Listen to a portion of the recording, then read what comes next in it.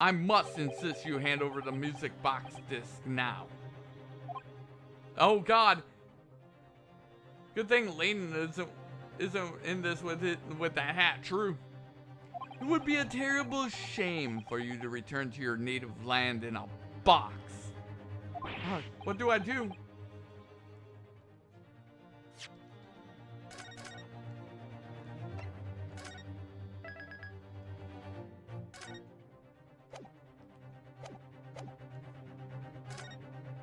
You could shoot me at any moment. I hate to give in, but what other choice do I really have here? Mr. Windabank, this is my shop. I can't allow any harm to my customers. If that were to happen, would never... I should have... Oh, God. Mr. Windabank, no! Alright, that's enough.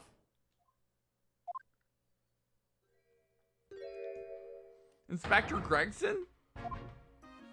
Inspector?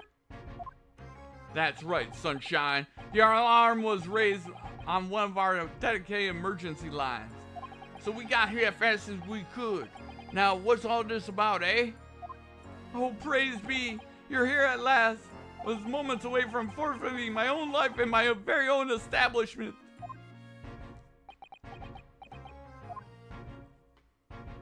It would seem you have the upper hand. He notices the inspector and keeps his gun. Yikes. Yeah. Right. You lot have got some explaining to do. I don't appreciate being bothered with some petty argy-bargy. Petty? Mr. Windabank very nearly met his end. Yeah, by his own gun as far as I can tell. Oh dear. And the whole of Britain could meet with its end if I don't get to the bottom of the case I'm supposed to be working on. What? What on earth is the case, Inspector? Spare no detail, Gregson. I might have said a little too much. No matter, it's nothing to do with you lot. Anyway, sir, you've got to come down with me to the station. But of course, Inspector. He's getting away! Get him after him, lads! Whistle the beat officer too! Sir! Oh God, he's like, time to vanish! There's been a spate of thefts at pawn shops around here recently. So he fitted emergency buttons underneath the counters for brokers to let us know when there's trouble. Well, Inspector, I was very worried there for a while. Very worried indeed. Now then, Mr. Permanently in mourning. Oh, yes? I'll be taking that whatever it is of McGilded's down to the yard, thank you very much.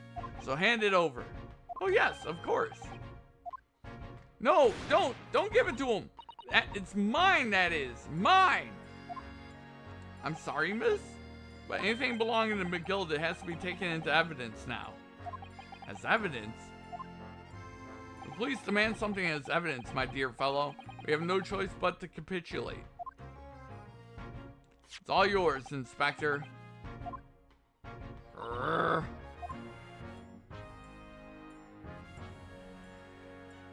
And so, we handed Mr. McGilded's disc over to Inspector Gregson, and were summarily turfed out of the shop and onto the street.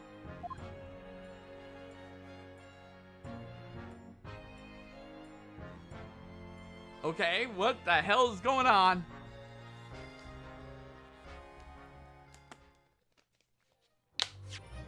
Of course.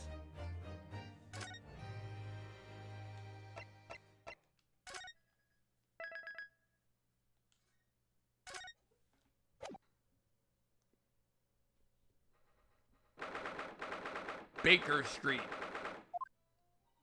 See, that's why I hate grown-ups. All they do is feed you a pack of lies and take stuff away from you. Oh really, Miss Lestrade? Tell me, is that overcoat keeping you warm? What? Oh my, surely you were given that? Yeah, the D let me keep it after I looked daggers at him for long enough. He went through the pockets and then said, go on then, have it, before telling me to scarper. Well, this pays off giving people a look like you ate them. Can't help feeling that it's going to get you into serious trouble one day. What I really wanted was that nice shiny disc in mind. The music box disc. But Mr. Windibank said it was practically worthless. I think I'm going to go and have another bash. Give him a long, hard stare. I think not, Miss Lestrade. We shan't enter Windibanks again today. Why not? That's not fair. It can't be helped, I'm afraid. Police are investigating the scene now. And taking a statement from Mr. Windibank. But that disc's mine. I had the ticket for this coat and it was in the coat's pocket. And there should be something else and all. That's what that Ron Cove said, ain't it? Yeah, he said something about another article, didn't he? Well then, that's mine too, whatever it is. Now she's really pushing her luck. Miss Lestrade, I think it's time to admit defeat. You've had your haul for the day. Yeah? And it's all your fault, Sholmes. So what are your plans now? Will you dine with us this evening? Eh? Iris would be delighted to cook, I'm sure. I might entertain you with a modest violin recital.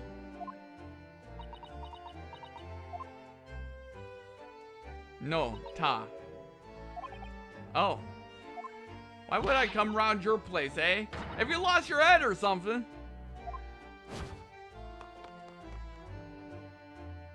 Oh dear, she's gone. Having reviled on me quite unnecessarily, I might add. I can't help wondering if perhaps she might turn up anyway. Interesting. When she's had a chance to calm down, I think there's a good chance she'll decide to come. Very well then. I'll inform Iris to set a place for our potential guests at the dinner table this evening. And one more thing. I should be glad of your company later too. Sorry? I believe I will have a rather splendid surprise to show you. Oh, how exciting! What is it? You shall have to wait and see, Miss Susato. Until later then.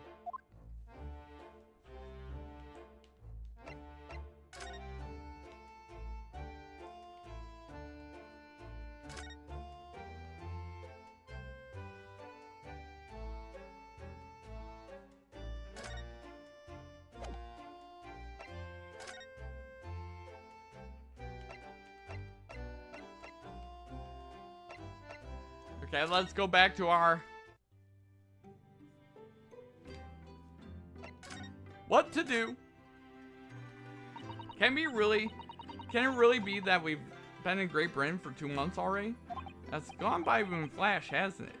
What an English gentleman you trailed off there, Susato-san. I'm so sorry. When I thought it through, I realized it's not at all true, actually. I simply don't feel that any Britishness has really rubbed off on you. Nor you, to be honest. Well, that's obviously because, yes, I know, without a doubt, it's your kimono. It most certainly stands out. I do adore the attire of English ladies. It's quite delightful. But somehow, I just don't feel ready to abandon my Japanese dress just yet. Wonder how Susato-san would look in Western clothes. That would be interesting to see.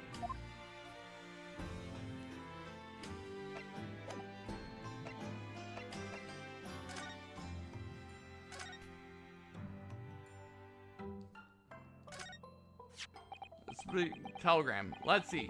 Ah! No, you mustn't look at that. Not under any circumstances. Alright, I won't. I'm sorry, Naruhodo-san, but you can be very mischievous at times. And put the telegram away if you don't want people looking at it.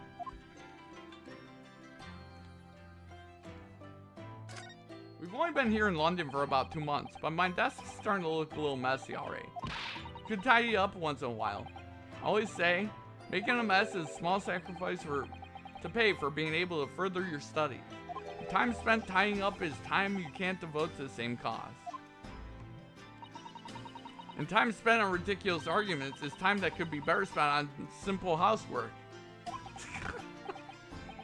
I mean, true.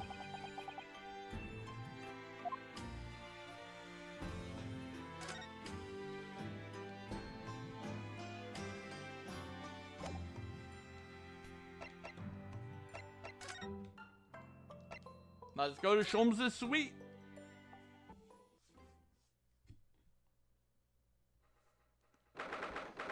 "3:46 p.m. Sholmes' suite." Ah, Susie and Runo, come in, come in. Good afternoon, Iris. Thank you so much for breakfast this morning. Oh, don't mention it. Goodness, look at the time already. Busy as always? I am. I'm preparing everything for dinner this evening. Already? You're obviously cooking something special, are you? Oh yes, after all, we have special guests joining us. Guess who it is? Go on. Yeah, you'll never guess. Look at those little eyes of hers shining. Oh dear, it's awkward when you already know the answer, isn't it? It's Ginny! Isn't that exciting? Oh, what a surprise! Yes, that's wonderful news! Iris seems overjoyed at the idea. I like how Susato's like, yes! Go team! I can't wait to learn some pickpocketing tips from a real professional. Yes, that does sound like fun. I'm not sure that's entirely appropriate. Are you Mr. Naruto? By the way, Iris, what's Mr. Sholmes up to? Oh no. Hurley? Well, he's been like that ever since he got back. Hello, Mr. Sholmes. I beg that you won't speak to me. Sorry? I don't know who you are, but kindly take your leave. As you can see, I'm not here. I don't know how to respond to that. I do apologize. When he gets like this, he's completely oblivious to everything. As I see. Really, he behaves just like a child sometimes. Hurley does.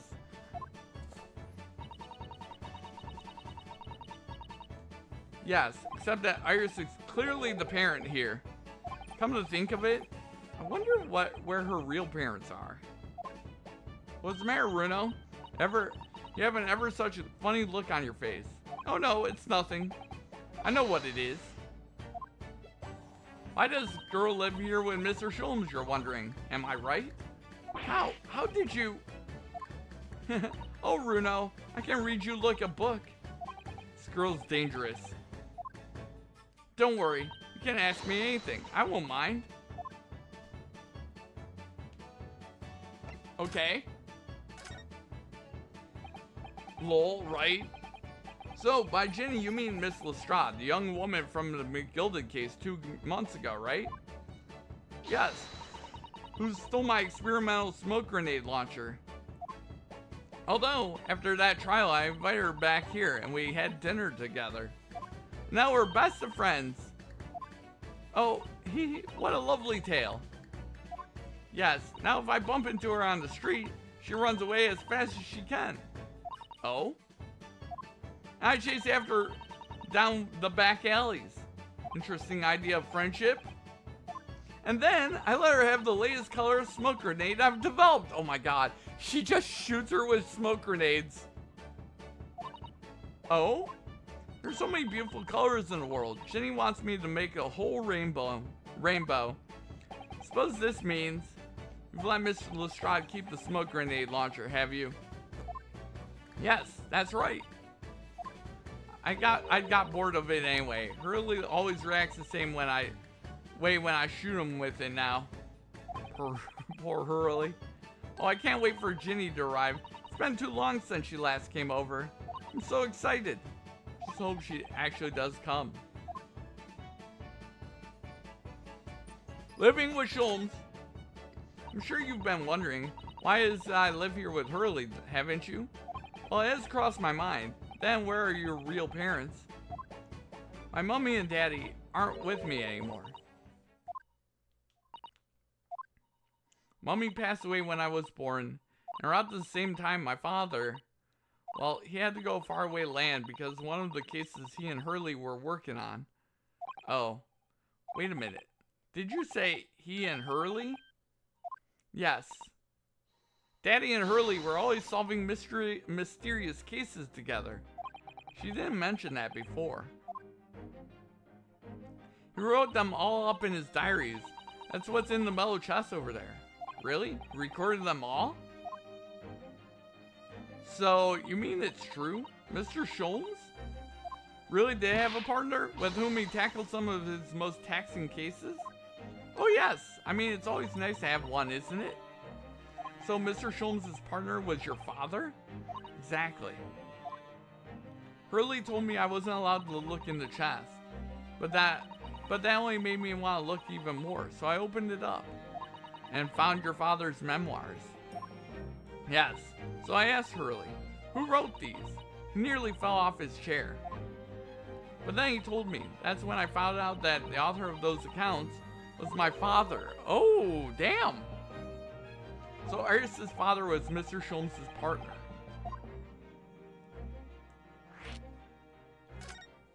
I practically lived with Hurley all my life. I was tiny when he took me in.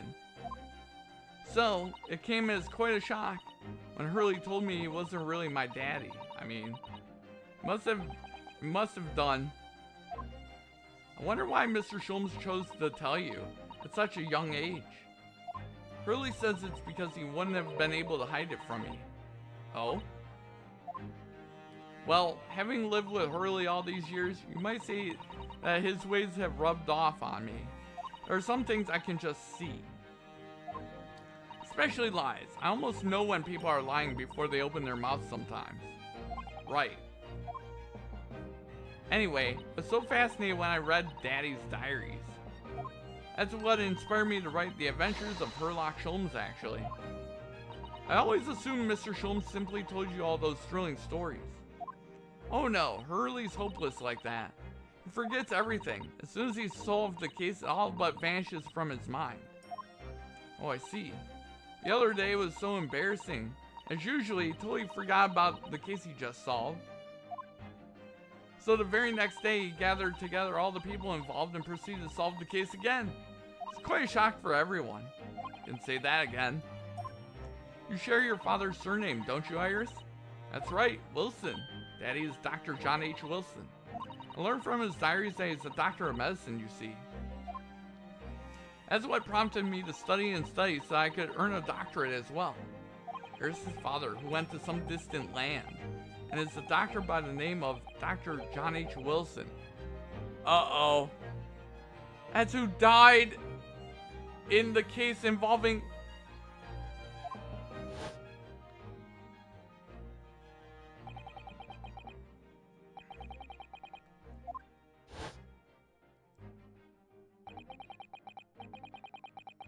The victim's name was Dr. John H. Wilson.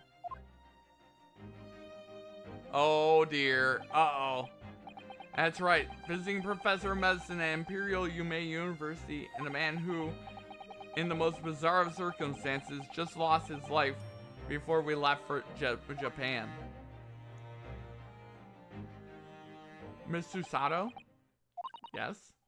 Perhaps we shouldn't pursue this conversation any further at this time. I think that would be for the best.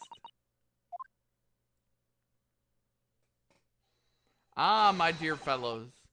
How good to see you. Eek, Mr. Sholmes! Why ever did you not make your presence known to me before? Huh. Well, no matter now. So, how the devil are you? We've been with you for most of the day. Goodness, really?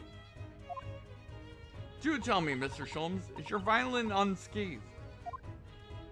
My violin? Whatever you're talking about, my dear madame.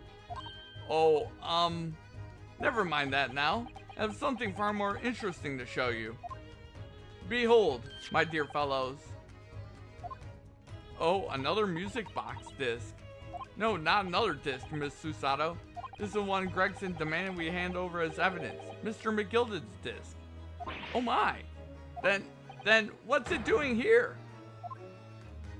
You know, at times, Mr. Naruhodo, I think that enough of that, though I have an undeniable term for detection, it may, well, be even more adept at larceny. Oh, that would be wonderfully exciting. I'll be your pickpocketing assistant And Runo could be our go-to lawyer if we ever get caught. Oh my god. He literally stole the disc. Right. Plus, Susie had such beautiful handwriting. She could write all of our menacing crime notifications. Yes, I'd be delighted. What? What are you? I'm just going to pretend this conversation never happened, I think.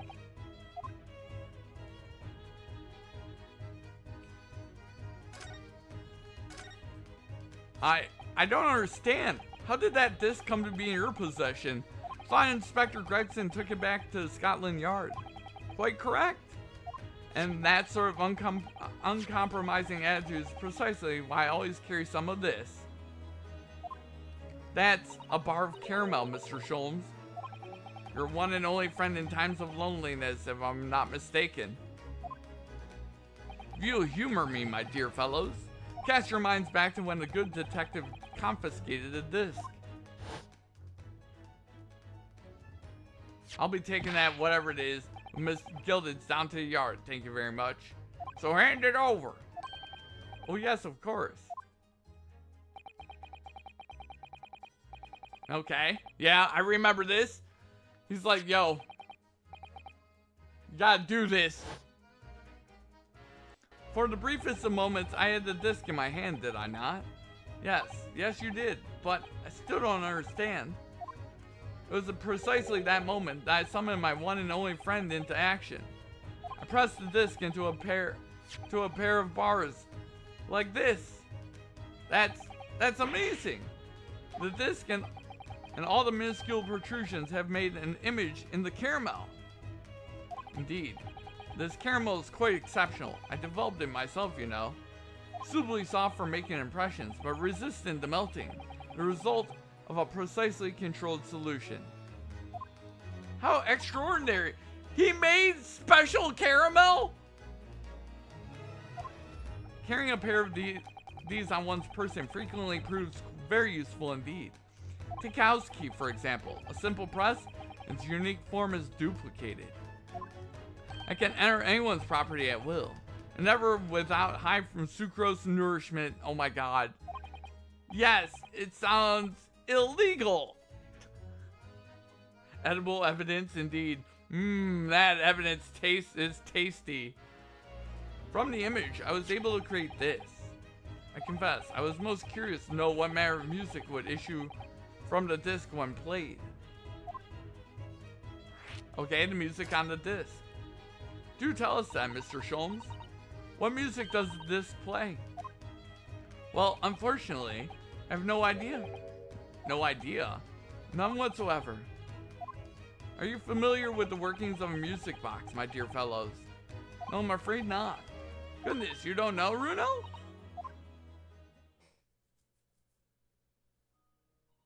Inside a music box, there's a special metal piece called a comb.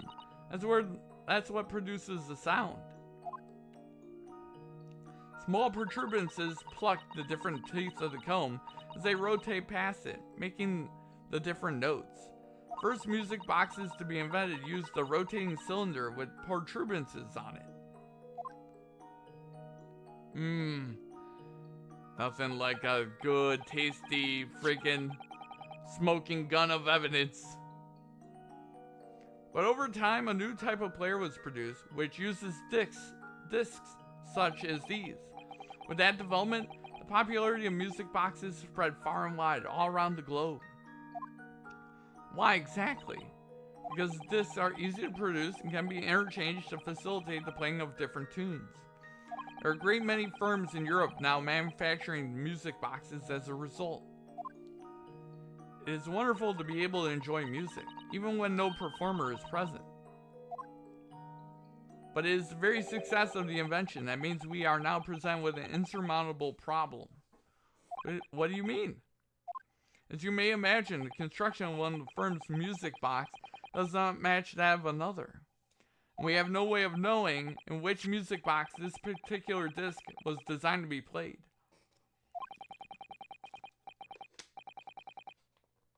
There is no resolution to this problem, I'm afraid. It's quite intractable. I see, so that's why. Naturally, I tested the disc in a few music boxes I have at my disposal. But as you can hear, to no avail. The results were equally unsatisfactory in this one. So, I am presently engaged in acquiring an example of all the music boxes ever made in Europe. What? Every single one? That's early for you, always taking things too far. But, my dear girl, an unsolved riddle is quite repugnant to my constitution. But surely all the different types in Europe will amount to a huge volume of music boxes, won't it? Yes, it's certainly true. In worst case, I shall just have to ask you to vacate the attic room. What? Oh God.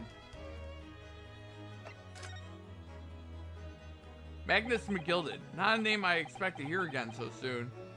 Yes, it's only been 2 months since that grisly case.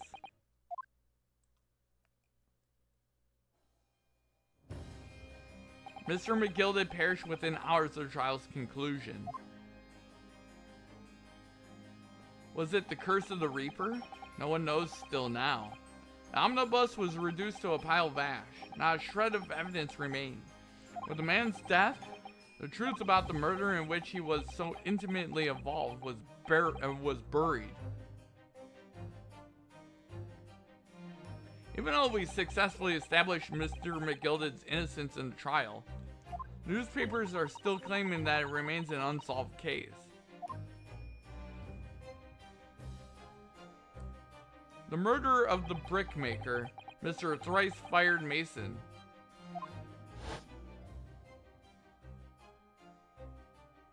In the end, the truth of the matter remains a mystery. We still have no idea what really happened that night. And although Mr. McGilded was found not guilty through my defense, I still don't know if it was the right judgment or not. Uh-oh. It would appear the case is not yet closed.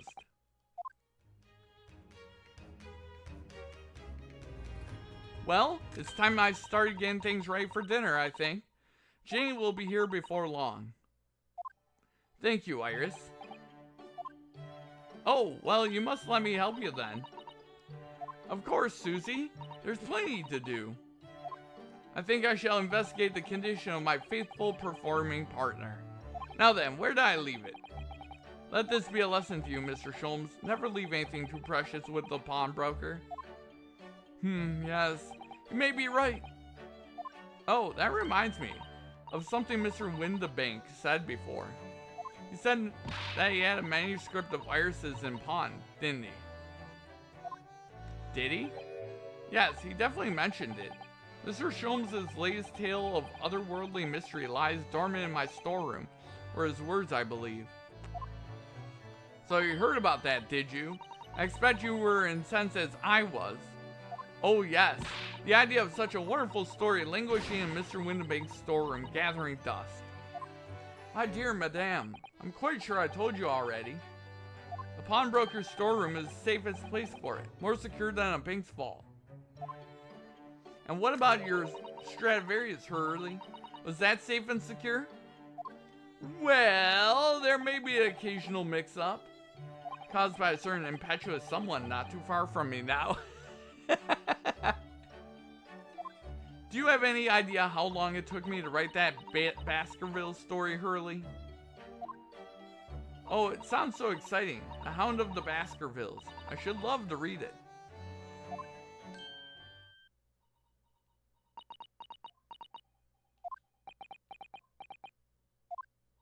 Uh-oh. Huh? What's going on here? Why does it feel like icy chill just swept through the room? Susie, what did you just say? You said the Hound of the Baskervilles? But how could you know the full title? Well, that's because Miss Susato is such a great fan of all his stories about Mr. Sholmes, of course. But Runo, the Hound of the Baskervilles, has never been published. What? When I showed Hurley the manuscript, he told me that I wasn't allowed to publish it yet. I don't understand. That's why he said he'd keep it safe until it was the right time for the story to be made public, you see. That's why the manuscript is at Windibanks. And yet, how could Susie know its title? Well, Hurley, what's going on? Uh-oh. Uh-oh. Susato got curious. What is it, Mr. Sholmes? It would appear our guest has arrived. Miss Lestrade. This was a bad idea. I knew I weren't welcome. I'm going.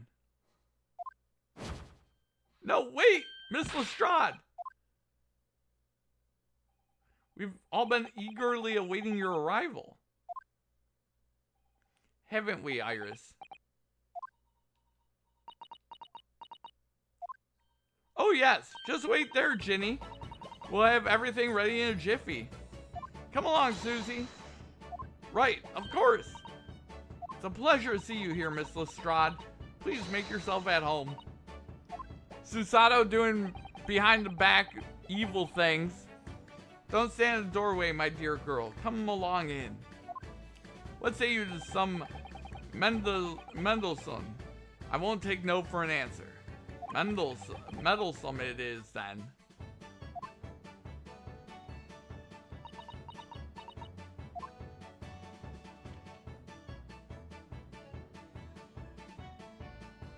Wagga High is here too. At evening, Iris prepared us all a meal that was even more delicious than usual. Mr. Sholmes' violin performance was in no way meddlesome. And Gina, as we came to call her, taught us all how to steal things from one another without being noticed. Everyone thoroughly enjoyed themselves well into the night.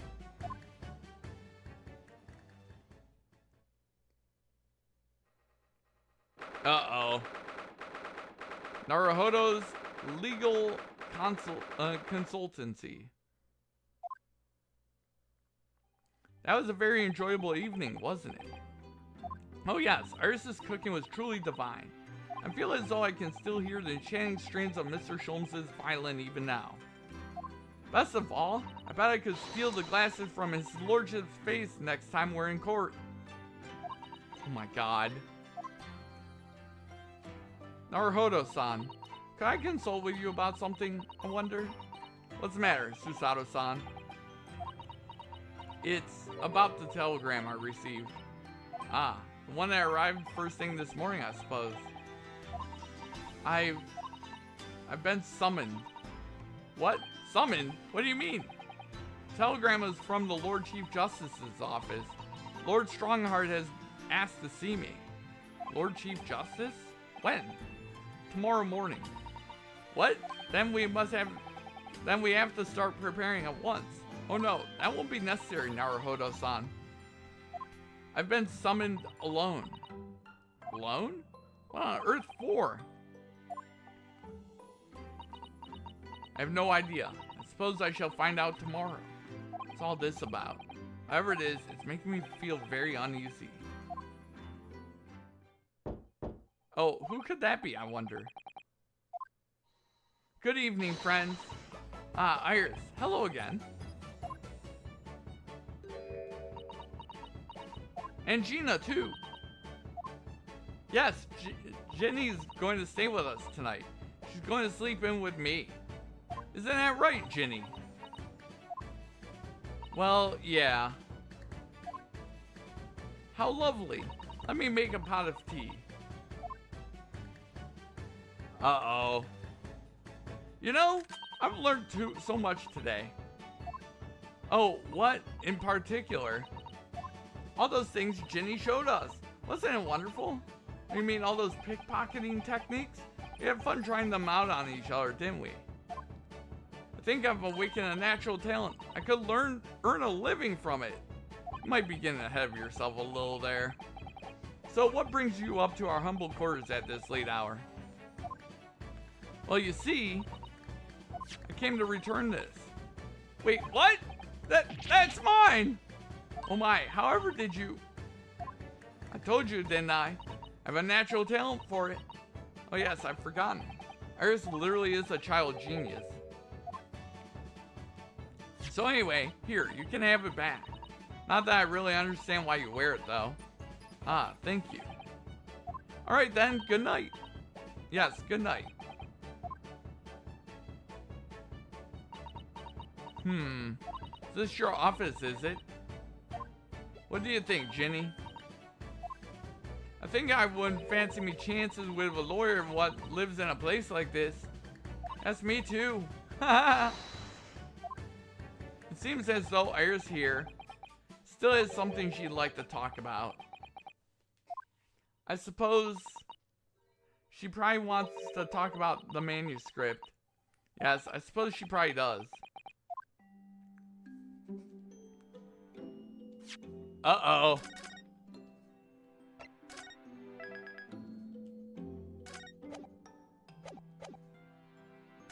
The manuscript. Iris, I suppose you're hoping to talk about the manuscript, aren't you? Aren't you going to tell me? I'm so sorry. I need a little more time, please. Alright, I understand. I hope I haven't made you feel awkward. Oh no, not at all, Iris.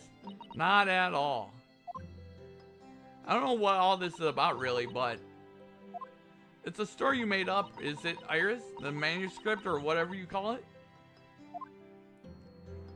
It's not exactly a story that I made up. It's something I read in Daddy's diaries. Daddy's? That's right.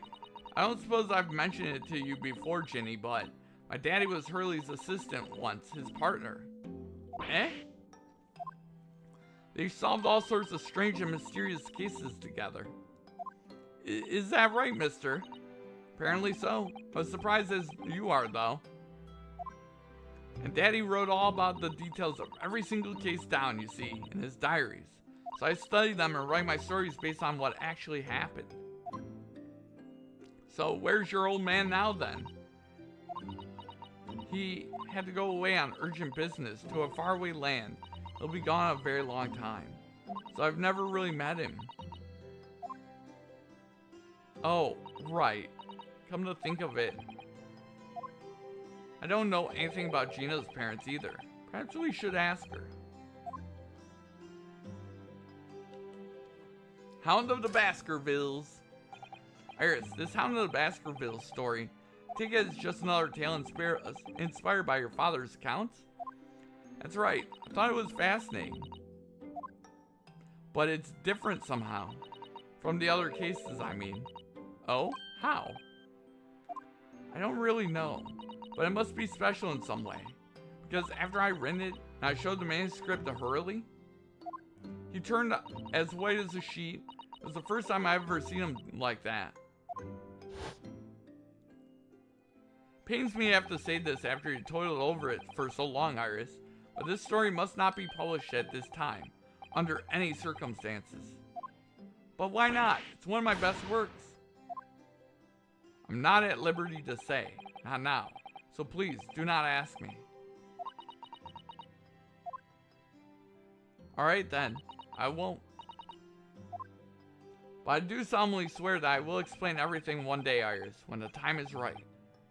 Ooh, interesting. That's how the manuscript came to be with Mr. Windibank, isn't it?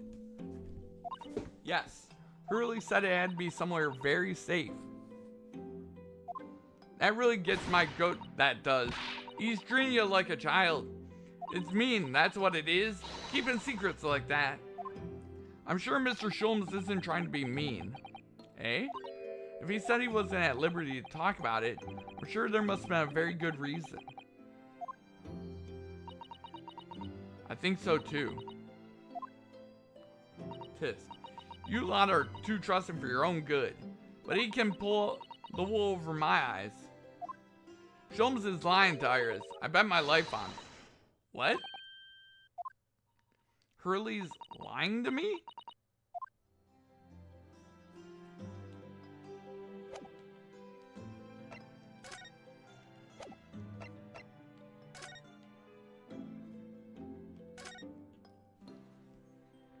Man, this is getting good.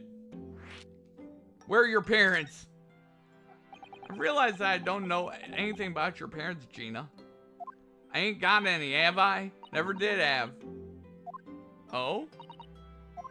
Look, the East End's full of orphans like me. No one wants nothing to do with us from the moment we're born, not even our mums. But we all stick together. The older ones look after the little ones, and they make sure they get by. That's why you're a pickpocket. Nah, diving's my life. I love it. I get a kick out of it every time I lift some pompous idiot's purse. And that's how we all afford to eat. I'm like Robin Hood, ain't I? That's how I see it. Robin Hood. Oh, Gina. I don't think about it sometimes. What it'd be like to have parents, I mean. I always thought it'd make everything right. But I haven't listened to what Iris just said. It sounds like having parents ain't easy either. Oh? I mean, if you know you never had them, you don't feel like you were always wanting to meet them. It's true. I do want to see Daddy. So much. Oh, Iris. Oh, God. We're gonna have to break that news to her at some point. Oh, jeez. Gina, what did you mean when you said you know Mr. Sholmes is lying to Iris? Well, he reckons he popped that manuscript or whatever, right? But come on. That's obviously a load of rubbish. Oh my, why would you think that, Gina? It's simple. If that story was really an old Windbank storeroom, there's no way someone from halfway around the world, in other words, you, could know about it. Ah. Sorry, Iris, but if you ask me, he sold it. Without telling you. But Hurley would never do something like that. I'm sure of it. Ha! Grown-ups do a lot worse than that, believe me. Barefaced liars, a lot of them. You just ain't realized it yet.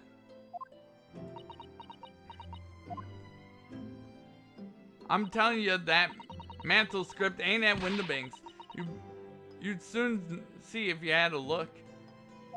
Even if you think you can trust him, I don't. That Sholmes is a liar, just like the rest of them.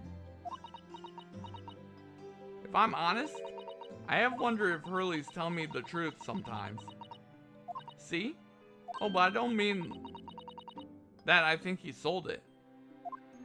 I mean that I sometimes wonder if he might have hidden my manuscript somewhere. Somewhere I don't know. Even though it's wrong of me to doubt him. Don't be too hard on yourself, Iris. Oh, geez. Oh my goodness, look at the time. Come along, Ginny. We should go back downstairs. Yeah, alright. And please, don't mention any of this to Hurley, will you? No, of course not. Good night then, Iris. Good night, Gina. You must let me make breakfast for you tomorrow morning. I insist.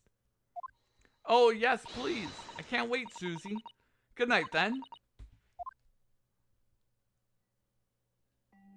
Iris, it sure is easy to forget, isn't it? Sometimes she speaks just like an adult, but deep down, she's still just a child. Well, I think it's time that I turn in for the night too, Naruhodo-san.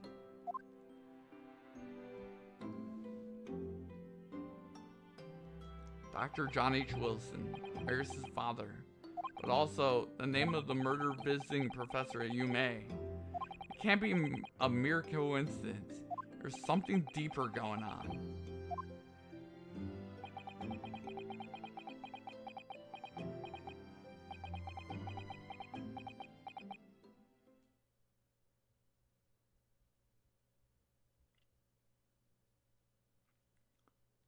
Naruhodo.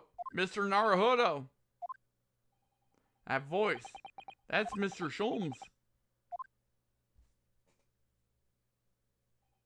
What's going on? It's the middle of the night.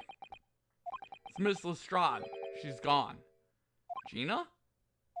She was supposed to be sleeping in Iris's room, but her bed is empty.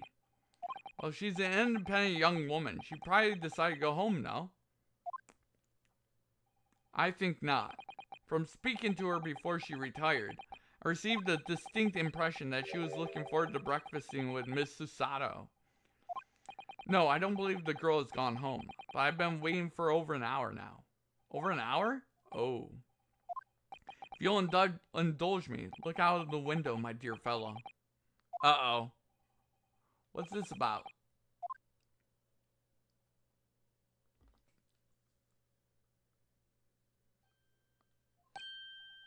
Wait a minute. Why is there a light on at this time of night? That's Mr. Windibank's pawnbrokery. Mr. Windibank's? Oh no. It's simple. Story was... There's no way someone from halfway around the world, in other words, you, could know about it. Sorry, Iris, but if you ask me, you sold it. Without telling you. Could Gina have gone? Seems you have knowledge of the situation, Mr. Naruhodo. Sorry? Oh no, not really. Well, anyway, we must investigate. At once. Miss Susato?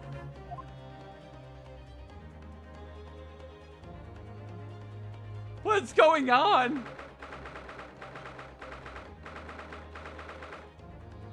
The door to Windibank's. It's open. And the lamp is burning. Must be Gina, mustn't it?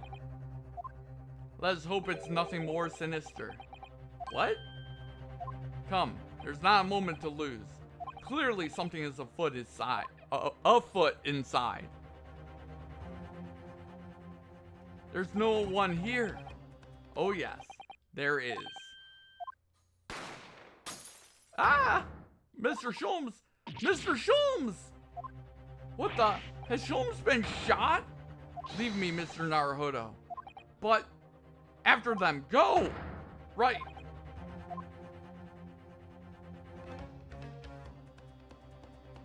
Blast! I've lost them. Hello? Hello? What have we here? The alarm was just raised from this pawnbroker, sir. You should know something about that. Officer, come with me. It's my friend, Mr. Sholmes. He's been shot. Shot? With the policeman close behind me, I ran back to Windibank's.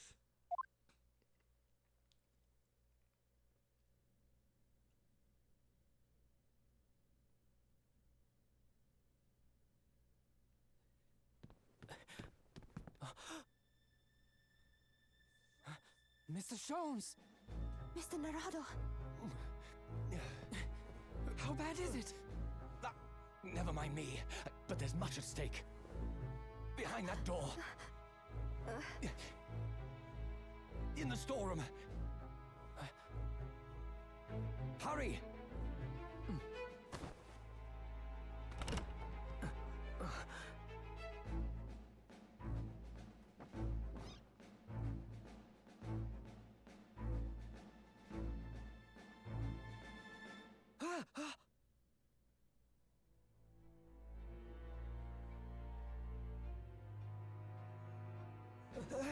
It's Gina! What? Oh no, Windibank's dead!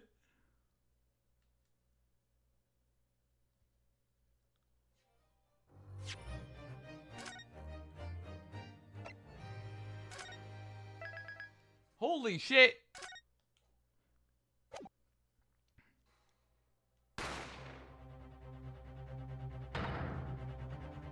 It'll be alright, Mr. Naruhodo.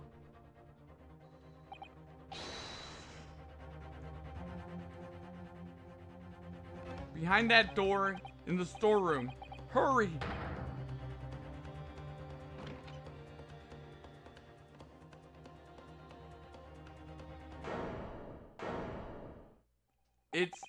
Gina. So she's going to be our defendant. From that moment, Windabank's pawnbrokery became a crime scene. Everything that followed happened in a whirlwind of activity. The arrival of the police, the preliminary investigation of the scene, and the questioning. It was just before dawn before I was allowed back to my lodgings at 221B.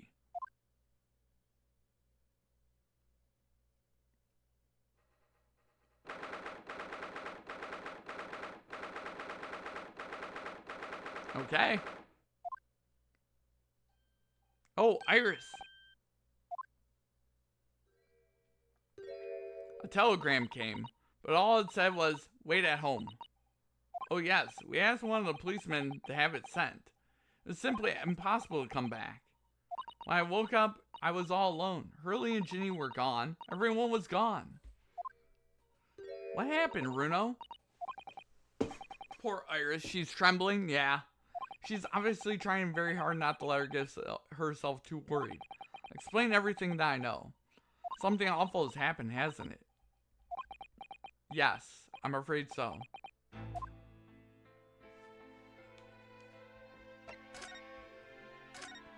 I'm sorry to have to tell you this, Iris, but Mr. Windabank is dead. He was shot. We discovered it in the early hours of the morning. Oh, yes, I had a feeling. You did? Well, I saw all the police carriages pulling up outside his shop, so I knew something must have happened there. When we entered Windabank's in the small hours, we disturbed a gang of 2 thugs. They ran out onto the street and I chased after them, but they got away. So it's one of them who shot Mr. Windabank, I suppose. I don't know, but that's not what happened.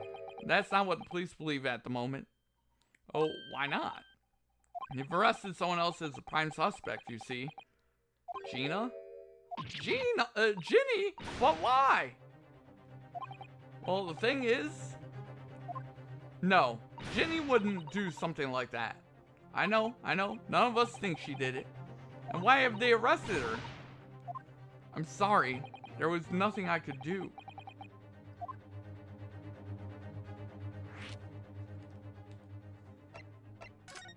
So where's Hurley then? Is he still there investigating the scene? He really ought to have some breakfast. It's not good for him to miss meals. I don't want to worry Iris, but I have some news about Mr. Sholmes. He was taken to the hospital this morning.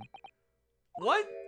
Well, when he entered Windabanks, a gun was fired and he took a bullet. Hurley was shot? Oh, geez. No. It's all right. His life isn't in danger. Really? Are you sure? Where is he?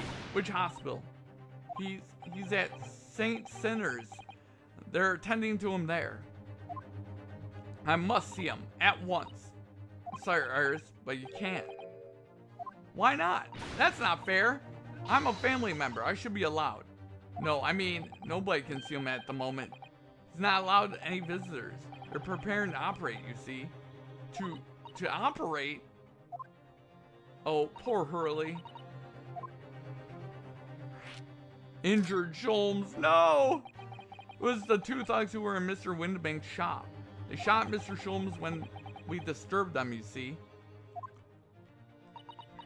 It was pitch black inside the shop at the time.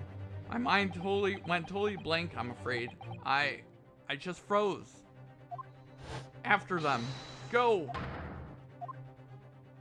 After that, I ran into the street, but, well, they were long gone. I shouldn't have hesitated. I'm so sorry. It's my fault. I let them get away. I think that's a very good thing. Sorry? Well, if you'd seen which way they went and chased after them, you might have been shot as well, Bruno. On top of everything else, I couldn't bear that. Oh, Iris. Susato's situation? Where's Susie, Runo? She's still at the police station. Oh? Why? Expect she's still being questioned. Police said they wouldn't be finished for a while. Why aren't you there then? Well, I didn't get a good look at the criminals anyway, so they weren't questioning me for long. Miss Susato stayed behind at the scene to attend to Mr. Sholmes, so they didn't get started until later. Ah, I see. Besides, one of us had to come back to be with Iris. Then Inspector Gregson agreed to me leaving early. You should have let me know when I would have come back to the station. I don't understand why they arrested Ginny. It's not fair. What about the 2 thugs that were at the scene? Why aren't they the prime suspects? After all, they shot Hurley dead, didn't they? No, I mean, Mr. Sholmes isn't dead, Iris. Arg, this is all so horrible. Thing is, Mr. Windmink was found on the floor in the storeroom where he keeps all the deposited articles. The storeroom door was locked from the inside. I see.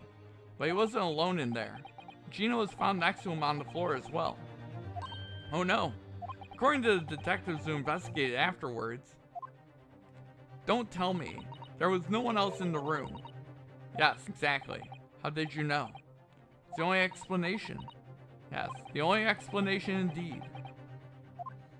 What do you mean by that, Runo? Well, what can I say? I'm damned if I agree, damned if I don't. I'm afraid I'll need to go out again now, Iris. There's not much I can do at the moment, but I can at least try to find out how Mr. Sholmes and Gina are getting on. I want to go too. Take me with you, Runo. I can't stand just sitting around here waiting. I'm not sure how I feel about taking a 10-year-old to a child to the scene of a murder, but I don't want to leave her all alone here either. Alright then, Iris. Perhaps you can help me. Oh yes, I'd love to. Gina's at the prison. Mr. Sholmes is probably in his hospital bed. And don't forget, we have to visit the crime scene. We need to conduct a thorough investigation. I can see you're already ready for action. Imagine Iris would appreciate going to the hospital sooner rather than later. Damn!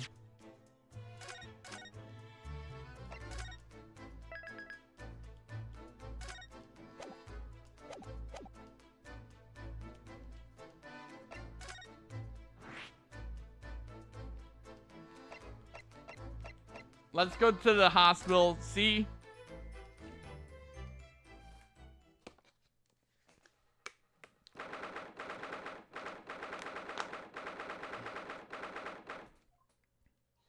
Hurley! Oh! He's not here. No, that's strange. Nurse definitely said he was in the bed by the window, didn't she? Oh, I know what's probably happened. Hurley was being a big baby and the bullet wound wasn't that bad after all, so he's been sent home. I'm not so sure about that. Baby or not, there's no question that it was a fairly serious injury that Mr. Sholmes suffered. Oh. Hello, what have we here? This ward is off limits, no visiting. So what are you doing in here, eh? Well, I'll have you know, we're Hurley's next of kin. Eh? Oh? Well, beg your pardon then, ma'am, sir. A little lady and a curious Eastern gentleman. A great mystery solver as a mysterious family, eh? That's how you see us, sure. Where is he, Constable? Where's Hurley? I believe he's currently in an operating theater, ma'am, undergoing an extensive operation. Extensive? It has been several hours since he went in. Oh dear. Is he going to be alright? Well, it doesn't appear to be working, you see. The anesthetic, that is. Oh? I have heard a report of the gentleman claims he may have had a little bit too much to drink last night. Coffee, that is. Ha! Anyway, I think it would be fair to assume he won't be back here for several hours yet. I see. Thank you, Constable. Perhaps we should leave and come back later. Oh, poor Hurley.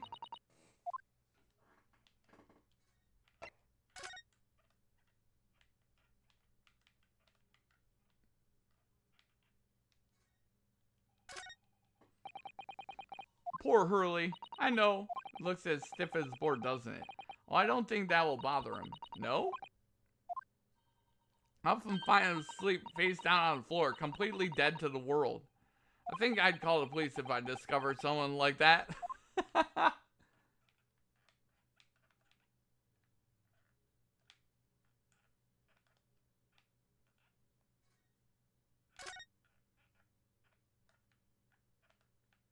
Okay, well, let's move to the prison.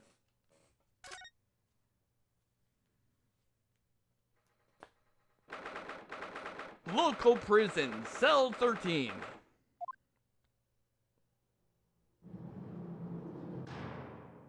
Hello, Gina. They let her keep the smoke bombs, by the way. Oh, you still have the grenade launcher Hurley and I made? I wish she wouldn't point it at me all the time, though.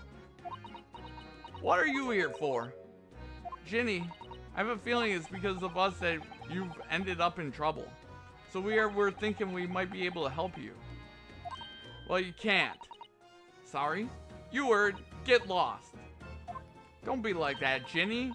I know you didn't do it. You never shoot someone. I just know you wouldn't.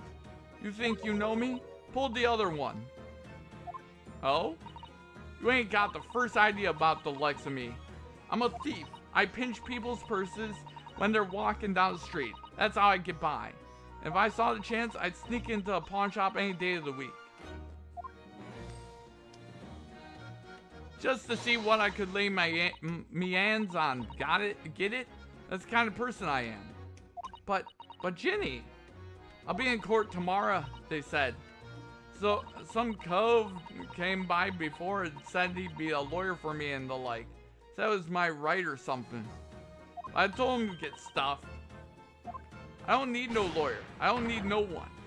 She couldn't be staring at me any more obviously if she tried. Why are you being like this, Ginny?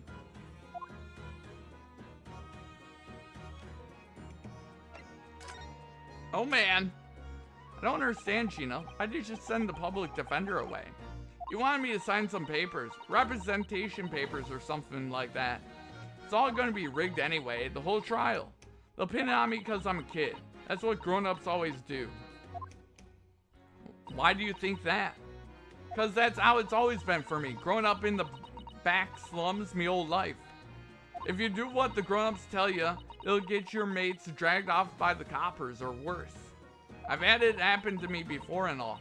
Been sold on and nearly snaffled on the back of it. You can't trust no one, that's the point. As soon as you do, you're gone to grass, dead. Gina, listen.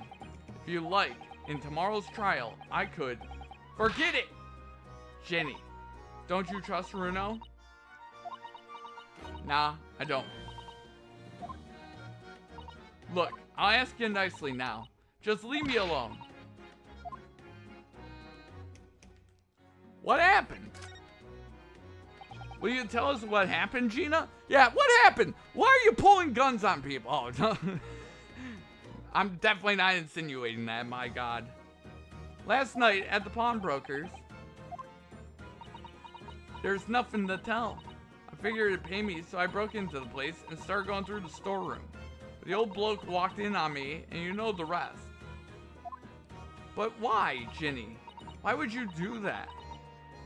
Ain't it obvious? The place is full of stuff I could sell for a shilling or two. Diving ain't easy, you know. It's a lot of work, and half the time you don't get even nothing. Is that really why you broke into the place? What? Are you sure the true reason wasn't something else? Oh, give it a rest. What'd be the point anyway, eh? Nothing I could say would make a blind bit of difference. Please tell us, Ginny. We'll believe you, whatever it is. Believe me? Don't be daft.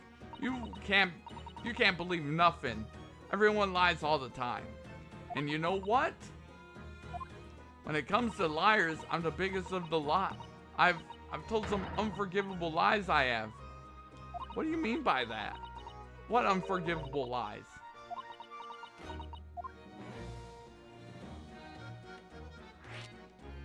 Okay. What do you mean? What did you mean before, Gina, when you said you were the biggest liar of the lot? Why don't you tell us what those unforgivable lies you've told are? Maybe we can help. Sorry. We're out of time. You're gonna want to question me now. Ginny, please. Oh, yeah? I wanted to give you this. Something to remember me by.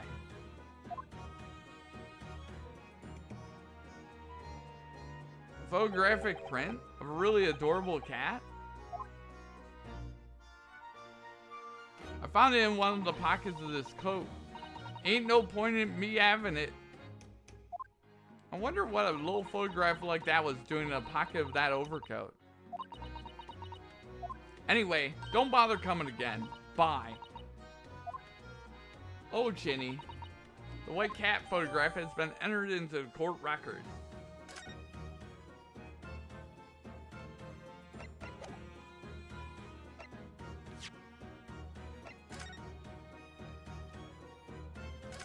Look, on the back of this print here, there's something written on it. 13th February, 9 p.m. Article deposit, 1 small box.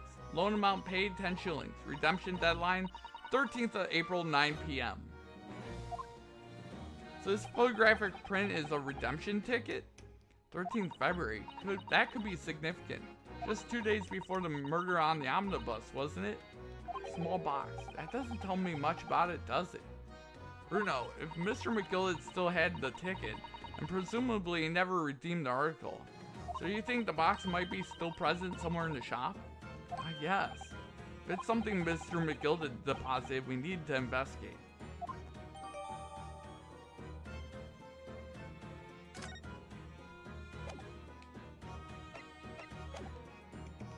Alright.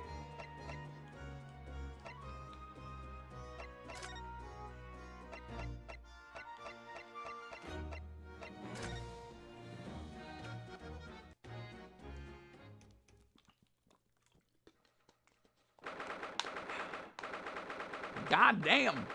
We are rolling through this investigation right now.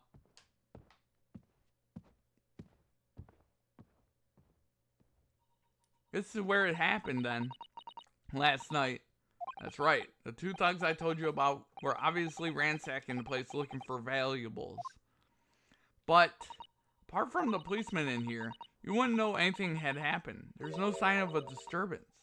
No, you're right about that, actually. In fact, if anyone, it's the police who seem to be the ones doing the ransacking. I know what you mean. They're like a gang of organized criminals all dressed in black. Oi! I heard that! Oh, Inspector, good morning. I suppose I ought to thank you for the vigilance last night. We got to the scene before it was disturbed, at least. Shame you let the 2 rogues get away, mind. Yes, I'm sorry about that. I thought you'd assign extra men to the beat around here, Greg C. Now look what's happened. Hurley's been injured because there weren't enough police on duty. Your ladyship! No one told me you were coming! I expect you to take full responsibility for what happened to Hurley and see that he has the very best medical care. Of course, your ladyship. The very best doctors in the capital are tending to him as we speak. I don't think it's Bruno's fault that the rogues managed to get away, is it? Chasing criminals is the police's job. Absolutely, your ladyship. As you say, ma'am, as you say. The gent in black is totally blameless. Everyone is in agreement about that. Would you believe it? It's like a completely different person with Iris. Talk about personality change. Oh, where are me manners? Are you thirsty, your ladyship? Perhaps you'd like some juice. Some nice, refreshing fruit juice. Oh my god. Oh, why? Are you thirsty, Gregsy? I have some of my special herbal tea with me if you'd like some. Glug, glug, glug, glug. Ah, lovely. Ta very much. I really hit the spot, your ladyship. I don't even recognize him like this.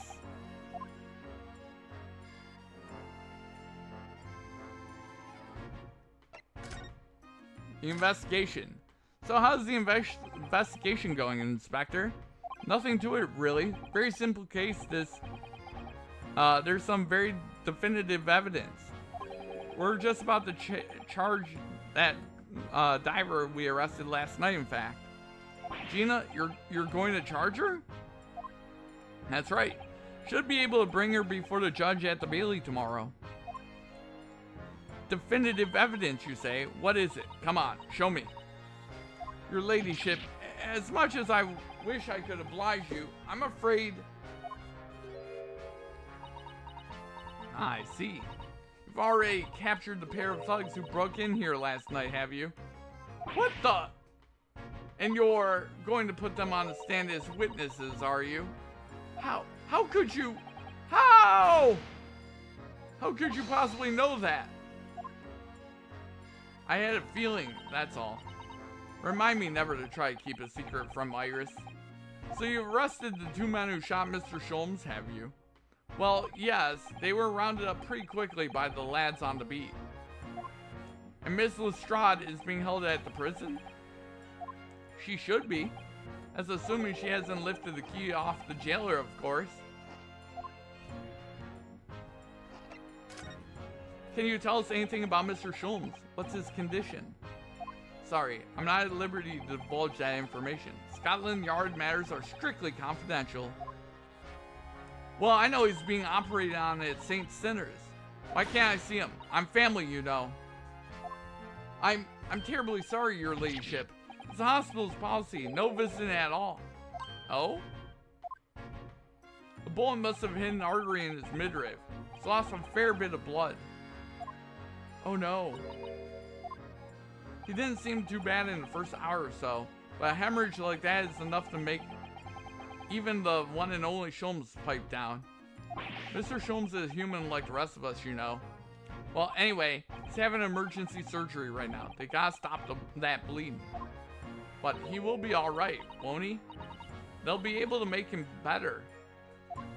Of course, your ladyship. He'll be right as rain before you know it. Really? How do you know? How do I know? Well, because, of course. Yes, because Mr. Sholmes is such a great detective. That's why. We better pray the doctors have a better grasp of what's needed to make someone well again. Oh dear, please don't die, Hurley. I'll report to your ladyship the moment I hear he's out of the operating theater.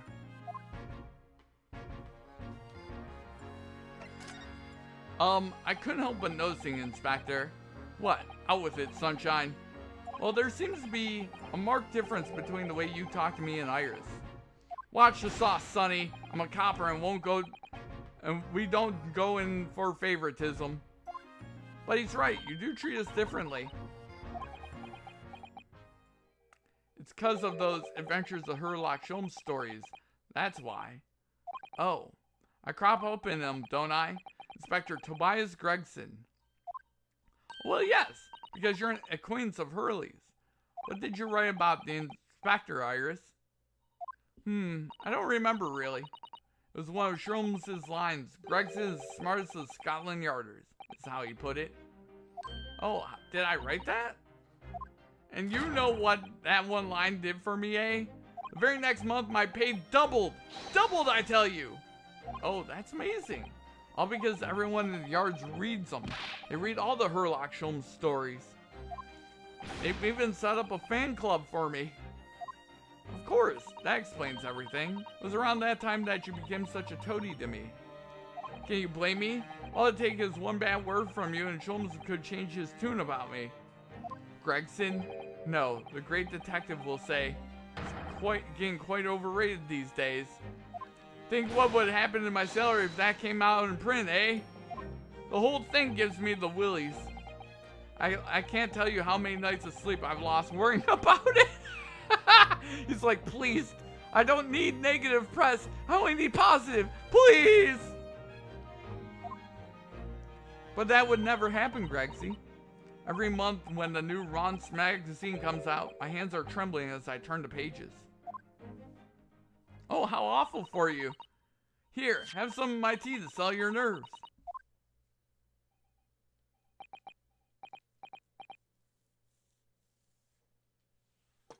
Ah, lovely. Not very much. I really hit the spot, your ladyship. Oh, yeah. There's something I was supposed to talk to you about, actually, Mr. Naruhodo. Yes, what is it? I've got an important message for you. I clean forgot about it until now. Important message? I wonder what it could be. Okay, important message? Are you going to tell me that it's an important message then, Inspector? Yeah, it's about the young lady who's normally by your side, your assistant. Dear Susie? Is she alright? She's at the station, isn't she? Being questioned, I believe. Nope, not anymore. She had to head off. Head off? Where? To Lord Strongheart's office, of course. He summoned her. Ah, yes, of course. I forgot about that. One of the whipstocks took her there in the yard carriage after we finished questioning her. But she has to tell you she didn't have the fare for the return journey and to go and meet her there. She's got a nerve, using Scotland Yard as a bloomin' messaging service. I see. Well, thank you for passing that on, Inspector. Why did Susie have to go see the Lord Chief Justice? She didn't tell me. I better head over to the Lord Chief Justice's office to fetch her straight away.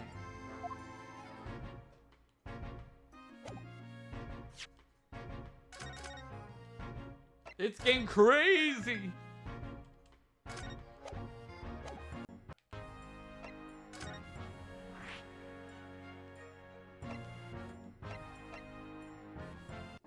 Let's go to Baker Street really fast.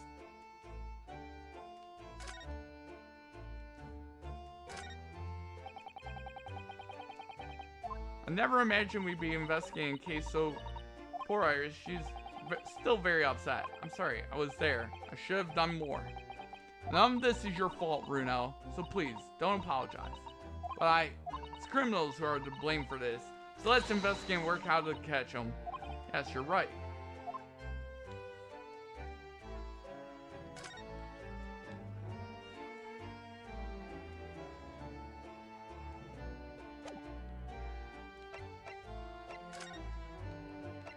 We did that, we did that.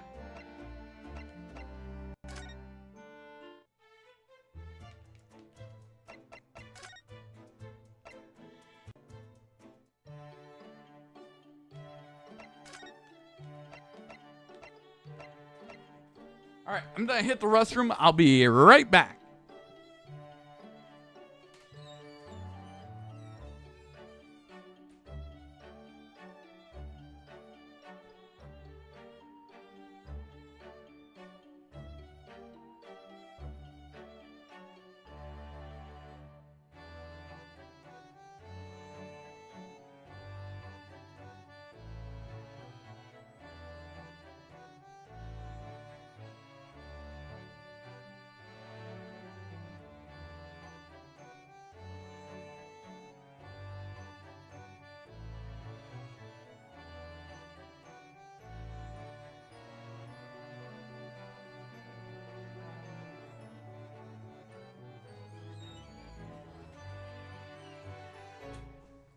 Alright, I'm back.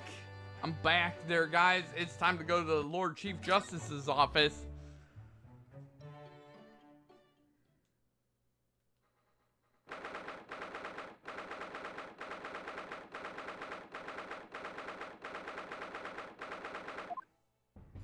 Yes, no matter how many times I come here, I always get the same sense of oppressiveness somehow. Do you think the place is oppressive? I think it's normal. How so? I mean, look at the suit of armor over there. You can't take that seriously, can you? Maybe it thinks the same about you. So everything is clear with regard to tomorrow's arrangements, I trust? Yes, thank you very much. There they are, Susato-san and Lord Strongheart. I wonder what they're talking about. They both look very serious. Very good. There is nothing further to discuss. You may return to your lodgings. No doubt you have much to do in preparation for your return to your homeland. Wait, what did he just say? Your return to your homeland? Susato-san.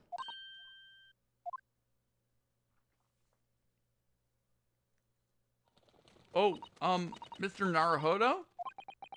What was all that about?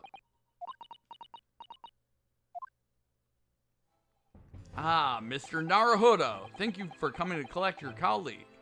What's this all about? Why were you talking about Miss Susato's return to her homeland? And tomorrow? Tomorrow? But what about Ginny's trial? You mean she's been formally charged now? Oh dear.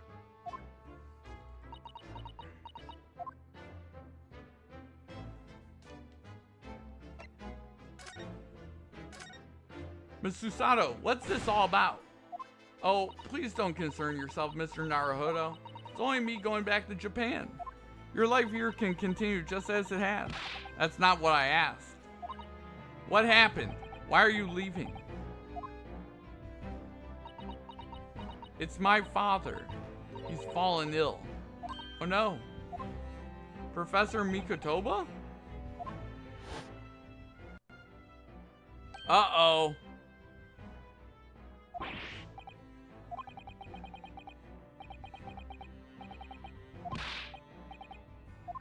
My name is Yujin Mikotoba. We received an international telegram from the Empire of Japan informing us of the news. 10 days ago, Father collapsed with a fever. The cause is apparently unknown. It seems he grows weaker day by day. I don't believe it. As you are well aware, the voyage from here to your country's capital, Tokyo, takes some 50 days. I thought it would be prudent to hasten Miss Susato's departure as much as possible. Yes, absolutely. I will leave London first thing tomorrow morning. Can't believe this is happening.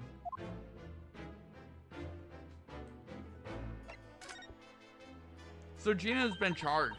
She'll have to appear in court. Yes, she was formally charged a few hours ago. And the date of the trial has already been set for tomorrow. Oh, not even 24 hours later?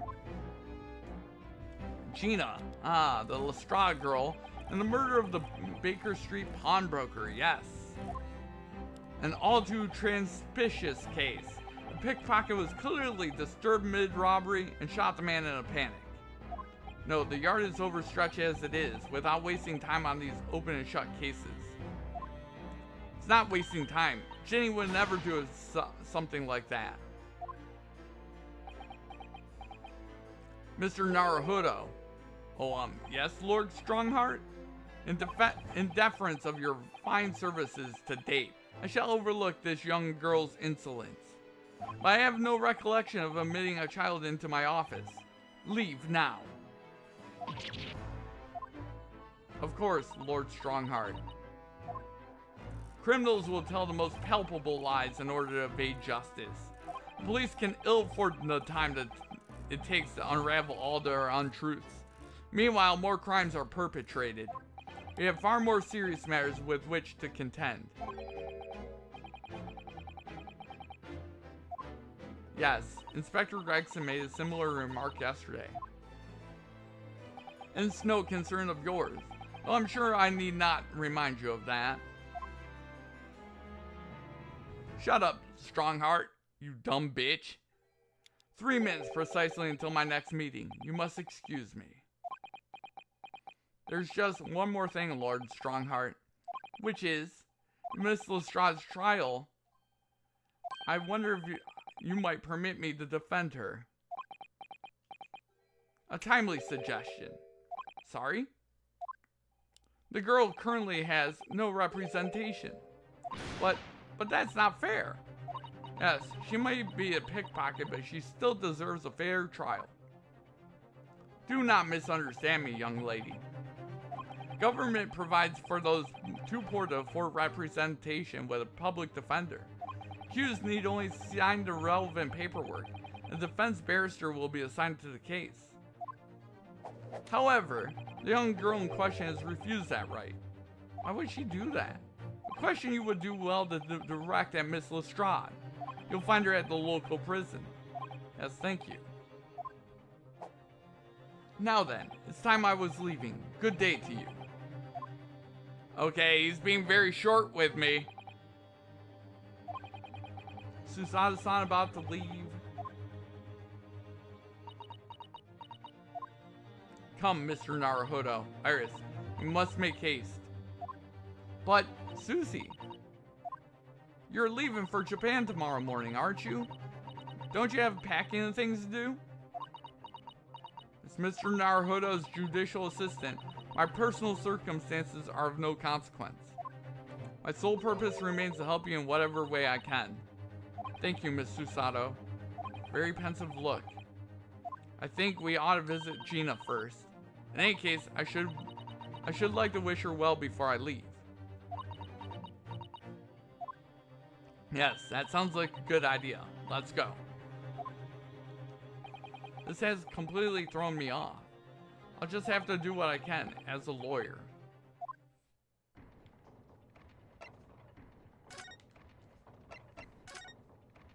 Alright, we are flying.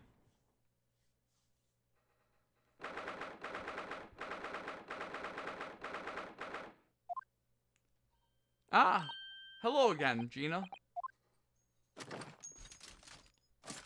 Oh God, not again! What are you lot here for now? To have the muzzle of that grenade launcher shoved in our faces yet again, obviously.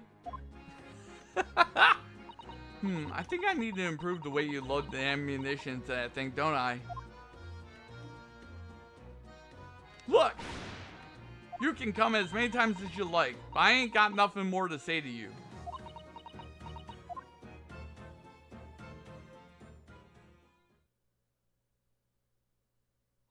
Gina, I wonder if you might hear me out. There's something I'd like to say. What? I'm sorry to say that I must reluctantly bid you farewell. Eh? Farewell? Tomorrow I must begin my journey back home to Japan. I fear we may never meet again. Oh, right. I've had the pleasure of meeting so many lovely people here in London. I have so many wonderful memories. And yet, as things stand now, it will be a glum parting indeed. Poor Iris is so miserable. Susie. Well, that ain't none of my business. Both Iris and Mr. Naruhodo believe you to be innocent, Gina. They put their faith in you. But somehow you can't find it in your heart to put your faith in them. Yeah, that's right, I can't. What of it? It grieves me greatly that I have to say goodbye to my friends when they are so clearly unhappy. Because of you. What? Is my fault? Yes. So I have one final request, Gina, before our paths never cross again. Right, here and now. I want you to show both of them that you don't deserve the faith they've invested in you. Eh? Only by doing that will you truly be as alone as you claim to be. What are you talking about? What do you expect me to do, eh? You've told us that everyone lies.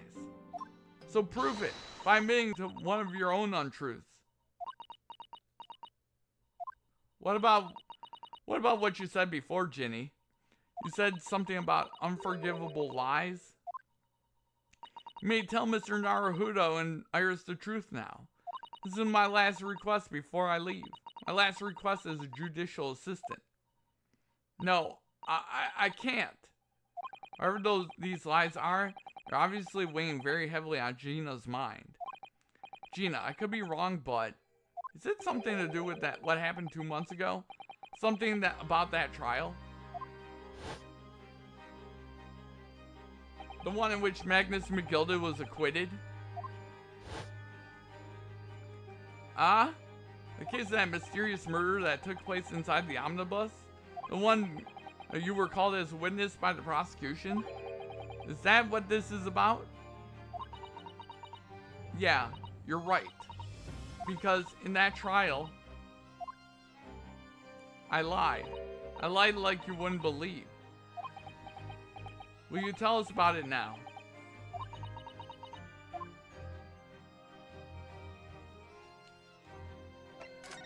Oh man. Like you said, it all happened 2 months ago. Coppers got hold of me and shoved me in the witness stand. Based on your testimony, Mr. McGilda was declared innocent. Yeah, well, the thing is, I lied about a whole bunch of stuff. I knew it. What sort of thing did you lie about? I was hiding under the seat that night. That was the truth. It was pitch black in that little cubbyhole. I couldn't see a thing. And then I heard that loud thud, like someone falling on the floor. And that's when Mr. McGilda discovered you. Yeah. He pulled me out from under the seat and sat me next to the dead man. There weren't much light to see by, but when I looked at me hands, I had Cove's blood all over them. I was so scared I couldn't even speak. You had his blood on your hands. In other words, it was Gina that was the witnesses on the roof saw through the skylight. Then Mr. McGilda started asking you questions, I suppose. Who you were and what you were hiding, why you were hiding under the seat. Yeah, he did. Only that's not all. What do you mean? I mean, he threatened me. Threatened you how? He made me swear about what I'd seen and what I'd heard. And about what he was going to do after the Cove was found dead. He made me swear I wouldn't tell no one about any of it. If I did that, he said he'd let me scarp her before the coppers showed up.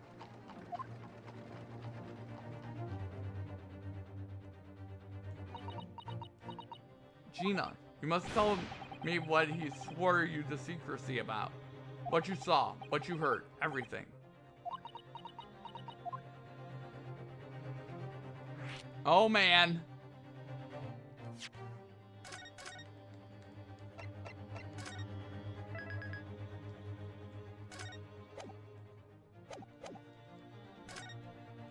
You said McGilda made you swear not to tell anybody what you saw. But you were in the pitch black compartment under the seat the whole time, weren't you? Yes, with Mr. McGilda sitting above your head, if I remember correctly. Yeah, that's true, but it was when I heard the thud of the Cove hitting the floor, I let out a little scream. I couldn't help it. McGilda heard that and dragged me out by me arm, and that's when I saw it. It was on the floor next to the old geezer, what had been stabbed. A disc, all bright and shiny. A disc? Do you mean? Yeah, that's it. The one with the one what the D took off me at Windibanks. So the music disc was there, on the floor of the omnibus? Not for long, McGilda spotted it straight away. He picked it up, smartish, and stuffed it inside his pocket. So that disc was in the omnibus 2 months ago at the scene of Mr. Mason's murder. And the bog trotter told me I weren't to mutter a word of it to no one.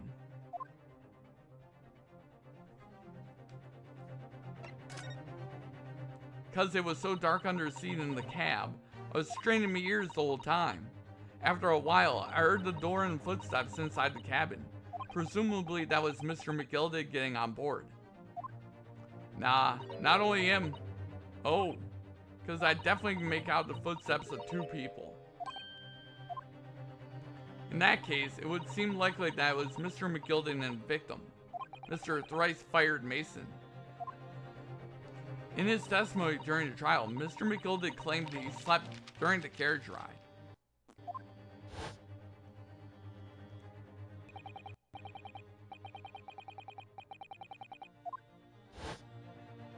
In your own testimony, Gina supported his.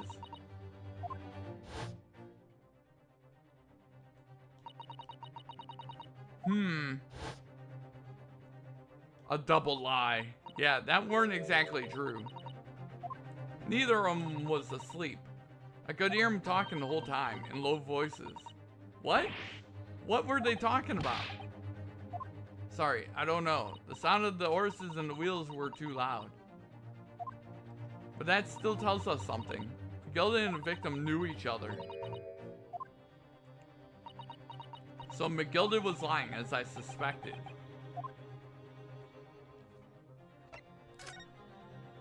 I knew it weren't going to take long before someone raised the alarm that the bloke had been killed. Yes, you were quite right. The other passengers on the roof deck noticed very quickly. So when the cane came to a stop, Megilda told me to hide back under the seat again. I climbed in and waited. The two coves from up top ran off to get the coppers. Yes, Mr. Fairplay and Mr. First. Right, and after they'd gone, Megilda had asked the driver to do him a favor. A favor? Now then, fella, what I need you to do is take the coat of mine and deposit it with a nearby pawnbroker. And for your troubles, let's see now. Hey, I'll give you 10 guineas. Oh my god. Nearby pawnbroker? You mean on Baker Street? Yep, you got it. It was Windabanks. The coachee snapped up the money, ran off to pop this coat as fast as he could. So then there was no one left in the carriage. Megilda opened the box under the seat and let me get out of there, but not without conditions. I see. What is the conditions? What were Mr. Megilda's conditions then? For letting you go free, I mean. Not telling a soul, not for anything, about what I saw and what I heard. And there's something else as well. There's more? Yeah, this is the most important thing, he said. I'm after sending the coachman on a little errand for me, with some small change in his hand. Now then, did you hear what I asked of him? Did you see anything at all? You asked him to go to Popular Weasel, right? Aye. The fiend's taking me overcoat to a deposit with a pawnbroker hereabouts. I want you, lass, to take the redemption ticket for it.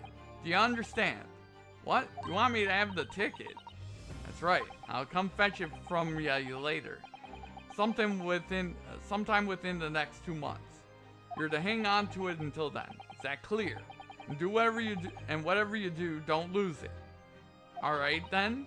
In case I might happen to be delayed at all, you're to go to the pawn shop, Windabanks, so it is, and you're to extend the loan before the 2 months is up.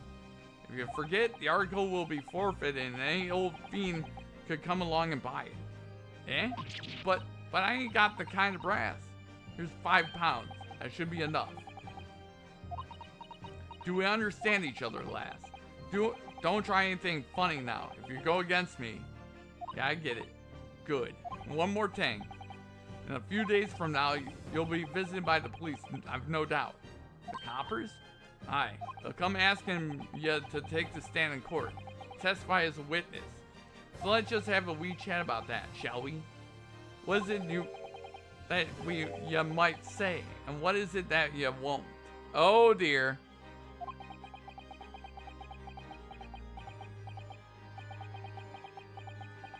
Oh, Megilda, you piece of shit. He's such a piece of shit, man. After he'd gone over it all, I piked it. Got as far away from there as I could. He hid the pawnbroker's ticket in some bushes near the scene. I went and fetched it the next day once it got dark. So Megilda planned it and coerced Gina into giving false testimony.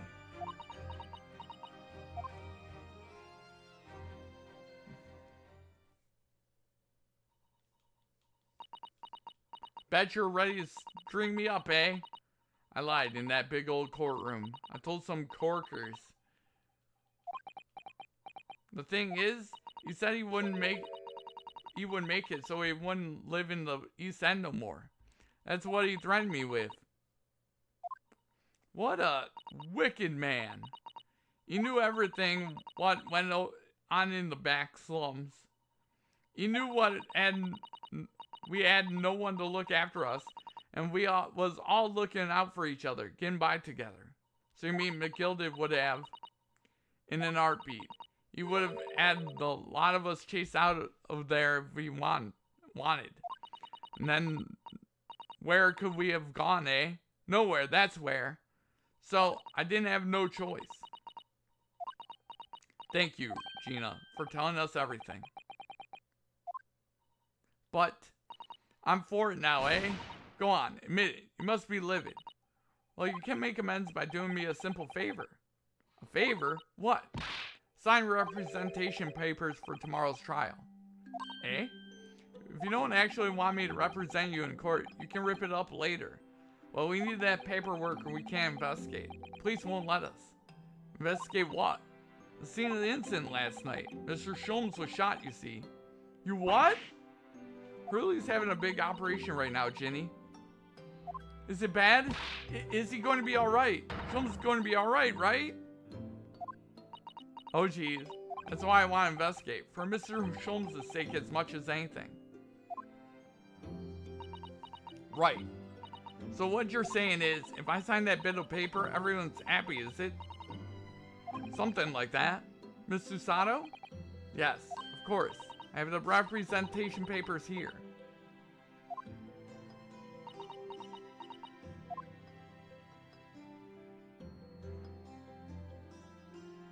I don't need no one to stick up for me, though. No lawyer or nothing. Yes, you do. Poor Ginny. She seems so lonely.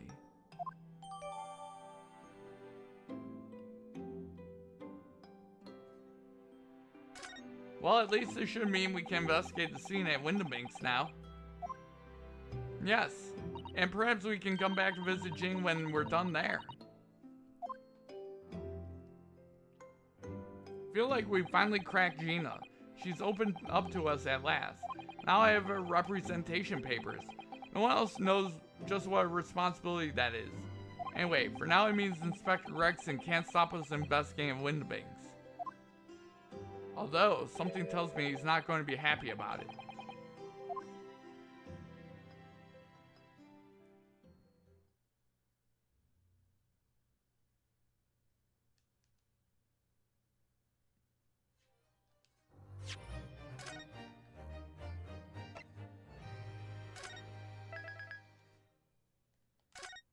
Holy shit!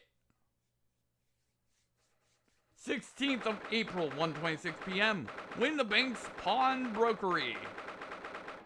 Here we are again at the scene of the crime.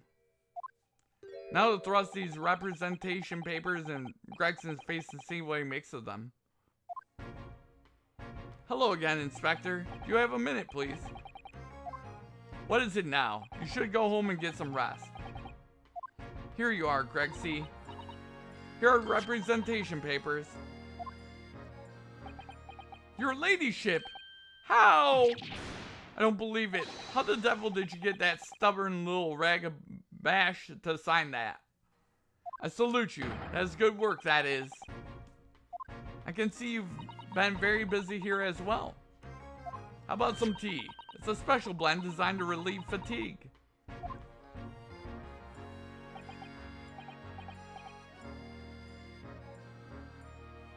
Ah, lovely. Well, let's see now. Yes, yes, I hardly feel tired at all. I'm fit as a fiddle, your ladyship.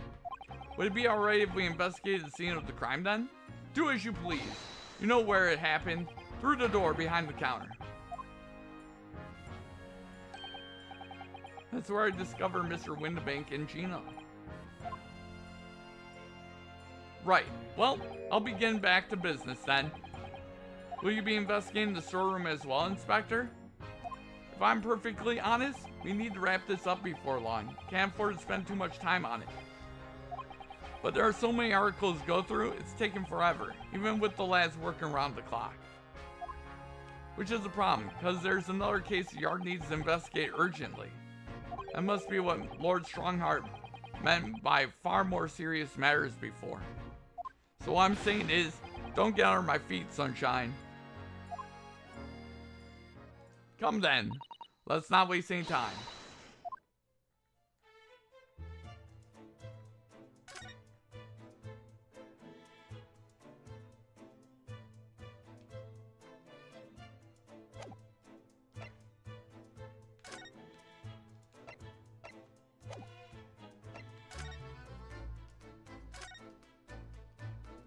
That door is the storeroom, isn't it? That's what Gregsy said. Yes, and that's where I saw that dreadful scene last night. Through the little window in the door.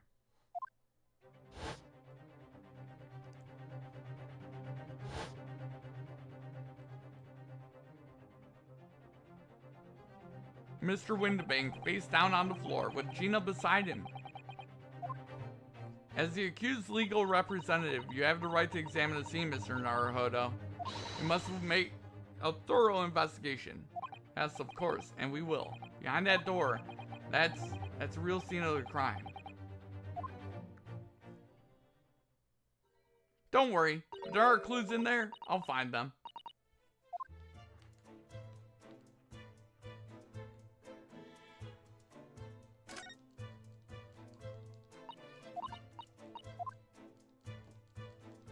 Okay.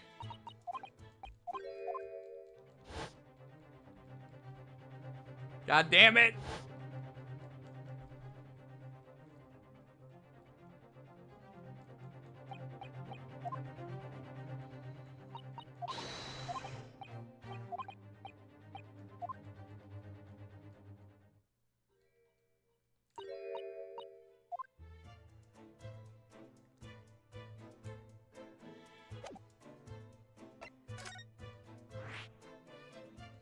Let's go to the storeroom.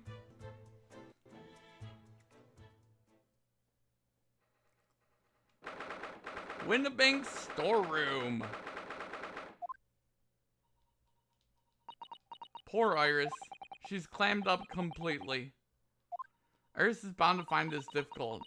After all, Mr. Windibank's life was taken in his very room only last night.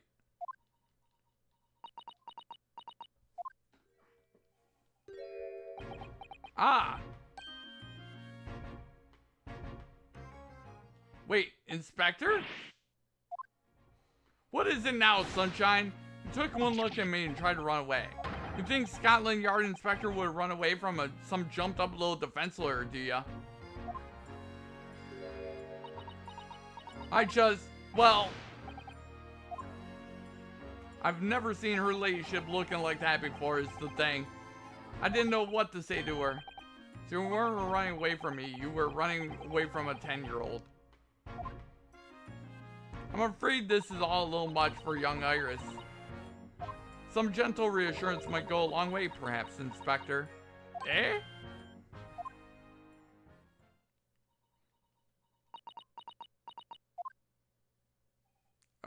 Ahem. Don't trouble yourself unduly, your ladyship. I mean, at least you're not dead, are you? Oh, God damn it. I don't think that went very well. Why? Look, I'm in the middle of an investigation here, Sunshine, and I told you not to get under my feet. And we have investigating to do ourselves. Yes, I'd like to hear more of what the socially inept inspector has to say. Oh, Hurley, inquire into how Sholmes' operation is going.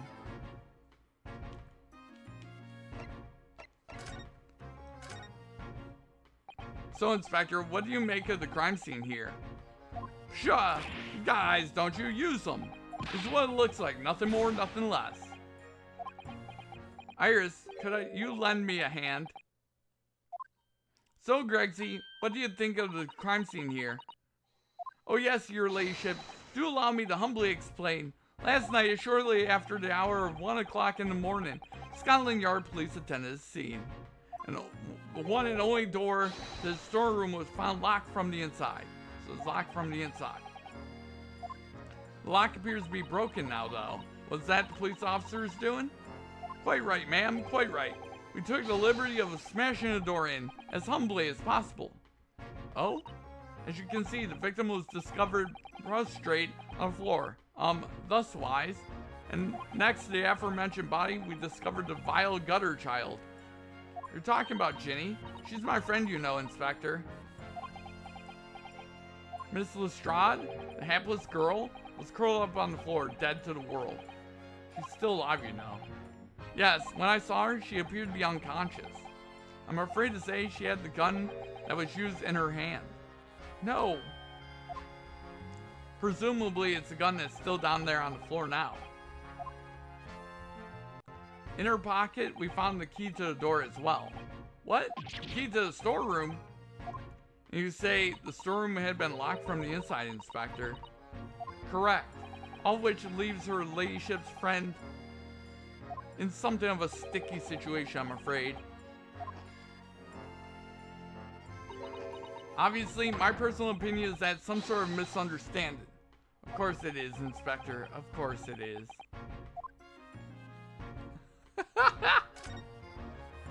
Gregsy, do you know anything about Hurley? Is the operation finished?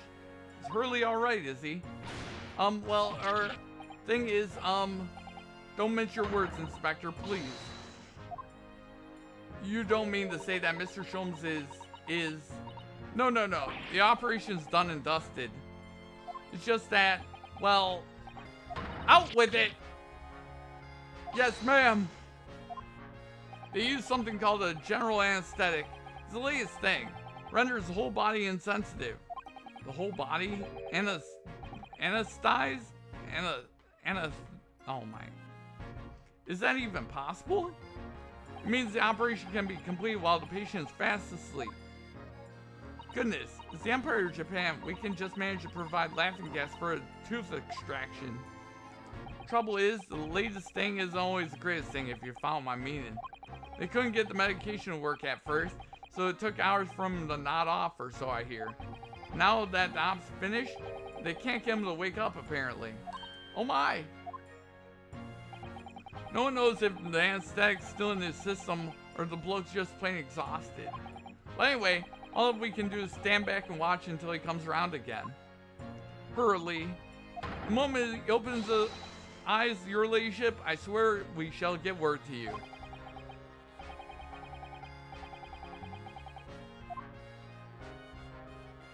Okay.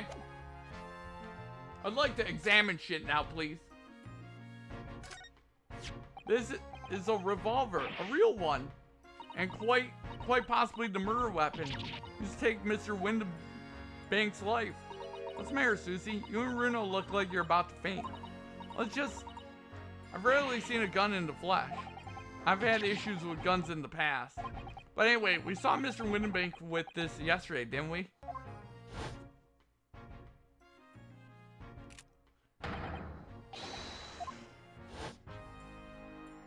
It must be the same gun. And last night, when I looked through the spy hole in the door of the storeroom here, and that was the gun I saw in Gina's hand. Mr. Windabank told us they only ever had a single bullet loaded in his revolver, didn't he? Well, it's empty now. The one and only bullet he had in the gun has been fired, so it can be fairly certain that only a single shot was fired from his revolver.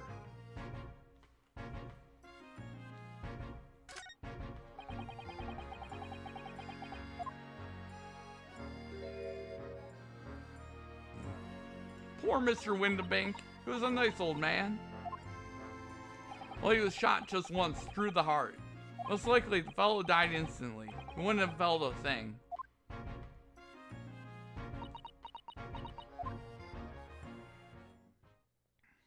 Aha!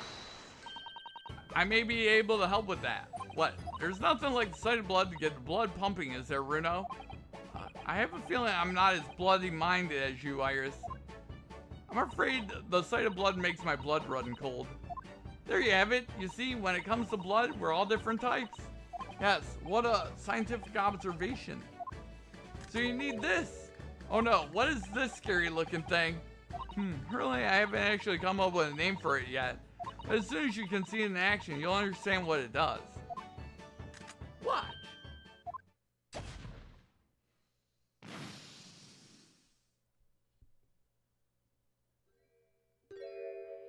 Oh, the color of the blood stain has changed.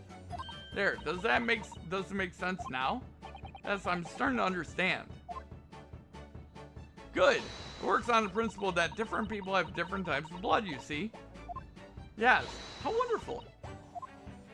Chemical it fires combines with blood and makes it change color. You can identify whose blood it is when you're looking at it in a flash. Oh, what a fabulous invention, Iris. Isn't it? Isn't it? I bet Ginny would say it's bleeding great. Whose blood are we looking at then? That must be Mr. Windibank's blood. Yes, this is where he was shot, so can't be in question of that.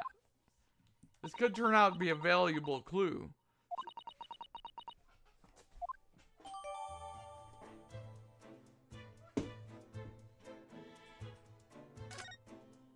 Let's keep testing and adding results of any other blood analysis to the portfolio.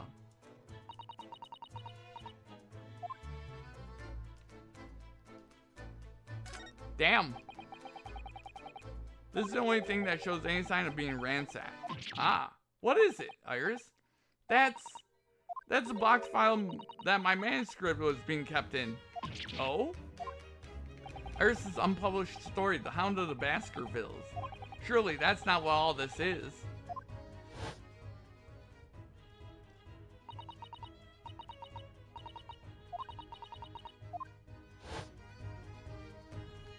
We must check inside the box at once. Yes. Ah. It was there. Iris' story was there. Really? It was? Well, that's good news, isn't it, Iris?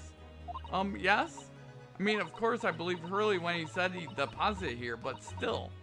It's a relief to actually see it. Really? Because that's not a very well hidden frown.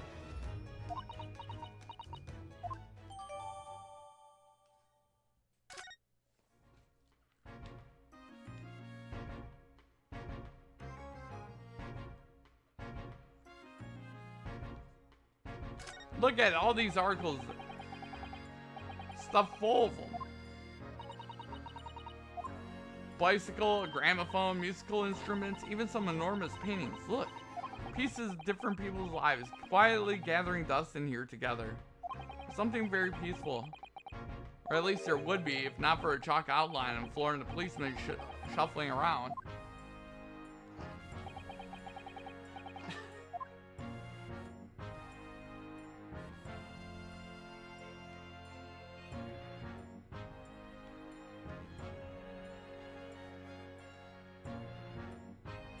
Okay.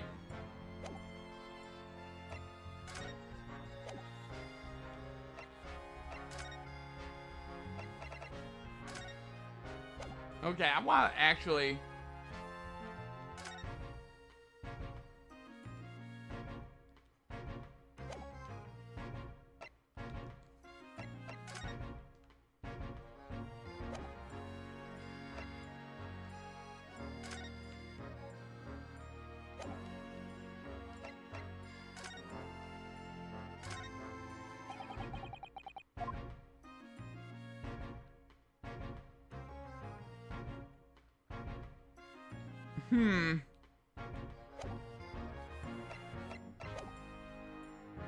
Okay.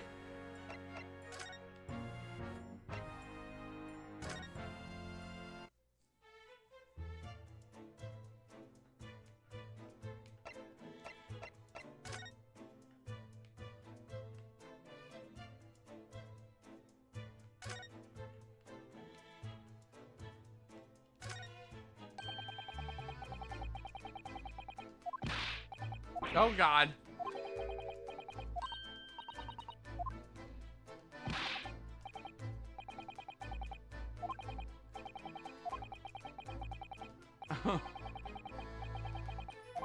They really have a tough time, the British police.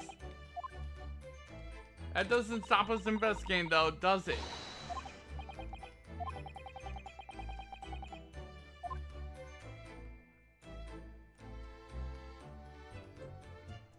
Alright, I think this is a perfect place to end for tonight.